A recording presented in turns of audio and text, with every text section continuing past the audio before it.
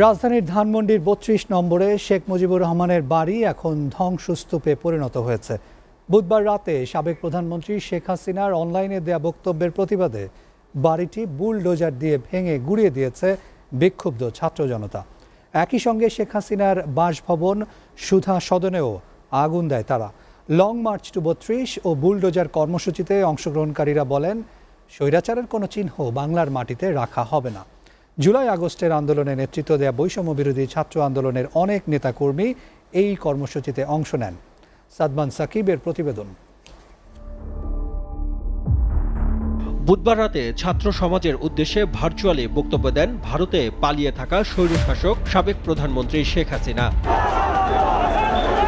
শেখ হাসিনার ভার্চুয়াল বক্তব্যকে কেন্দ্র করে রাতে লং মার্চ টু ৩২ ও বুলডোজার কর্মসূচির ডাক দেয় বৈষম্য বিরোধী ছাত্র আন্দোলন ও বিক্ষুব্ধ ছাত্র জনতা। এরপরই বুলডোজার কর্মসূচি চালানো হয় ৩২ নম্বরে। কর্মসূচি চলে রাত থেকে সকাল পর্যন্ত। এ সময় ভাঙা এই বাড়িটিকে দেখতে ভিড় করেন উৎসুক জনতা।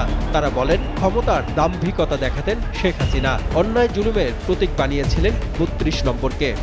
এই যে ৩২-এর বাড়ি, এই বাড়িকে পুঁজি করে, সে ৭১-কে পুঁজি করে দেশের মানুষকে জিম্মি করে ১৭ বছর আমাদের উপর যে অত্যাচার করেছে, সে অত্যাচারের কোনো চিহ্ন বা কোনো প্রতীক আমরা এদেশে রাখতে চাই না। লাইভে আইসে উনি যে বক্তব্য দেশে, উনি আছে বাংলাদেশের জাতির উদ্দেশ্যে একটা ভাষণ দিয়ে বলবে যে আমি ক্ষমা চাই।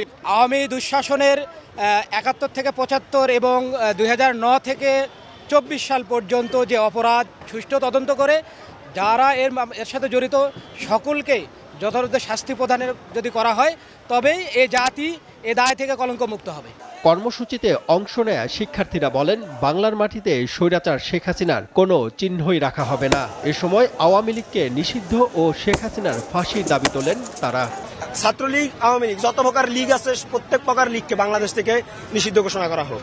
হাতির, কারণ আমরা বাধা ভাঙছি, এইটা বাহায় নিমু, এটা আমি যেটা করতে চাই করব। দেশে এই পরিমাণ স্বৈরাচার ছিল, তাদেরকে উৎখাত কিন্তু আমরা করতে পেরেছি প্রপারলি।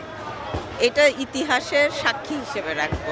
পাবলিক হিসেবে, সাধারণ জনগণ হিসেবে এটা আমার প্রত্যাশা, কারণ টয়লেট করা হলে অবশ্যই ভালো হবে। বাংলাদেশের ৬৪ জেলায় কোনো পার্টি অফিস থাকবে না, বাংলাদেশে কোনো আওয়ামী লীগ অফিস থাকবে না।